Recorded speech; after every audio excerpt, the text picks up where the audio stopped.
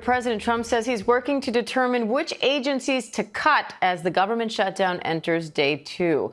The president says he's set to meet with the director of the Office of Management and Budget on that today.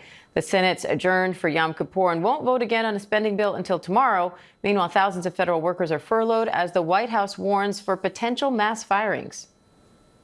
Oh, it's very real. And the Democrats should know that they put the White House and the president in this position. And if they don't want further harm on their constituents back home, then they need to reopen the government. It's very simple. Pass the clean continuing resolution, and all of this goes away. Meanwhile, the Washington Post poll conducted yesterday finds overall more Americans blame congressional Republicans and President Trump for the shutdown over Democrats. White House correspondent Travers and Washington Bureau Managing Editor Katherine Faulders have more on this story. Hi to you both. So, Karen, what can you tell us about this meeting between the president and Russ Vought? What can we expect?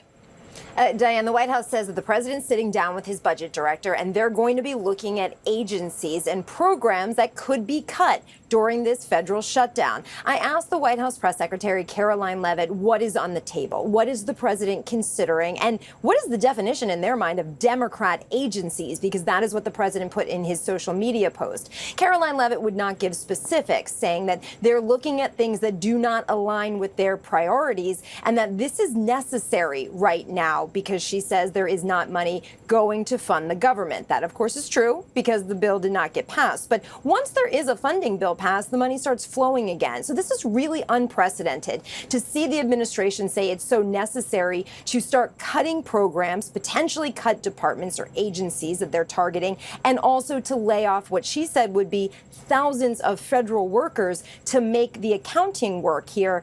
Diane, still no specifics, though, on what they're looking to do. Remember, they did this before with that DOGE effort earlier this year. So I think a lot of questions about whether this is just something they've wanted to do and are now taking advantage of this opportunity and, of course, pointing the finger at Democrats. And Katherine, sources tell ABC News that the Office of Management and Budget is encouraging some federal employees to leave a particular out-of-office email message. What are you hearing about that?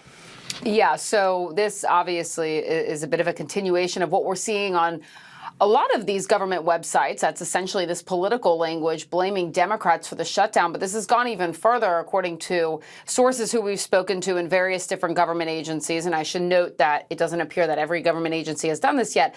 But they're instructing their employees who have been furloughed to put on out-of-office messages that essentially also say the same thing, blaming the Democrats for the shutdown. And it's interesting because some furloughed federal employees that we spoke to, specifically at the Department of Education, report that these out-of-office messages were automatically reset to mimic this type of language. That the language says, unfortunately, Democrat senators are blocking the passage of this bill in the Senate, which has led to a lapse in appropriations. So some of these staffers didn't even have the option of whether or not to put them on. It was done for them. And the significance of this, obviously, is that it's very unheard of for government agencies to respond in this way, whether on their websites or directing their employees to do this. But also, several federal workers have expressed concern to us when we've spoken to them that adding this message to their out of office could violate the Hatch Act, which, of course, prohibits federal employees from engaging in political activities. So, of course, more to come on this. It isn't a uniform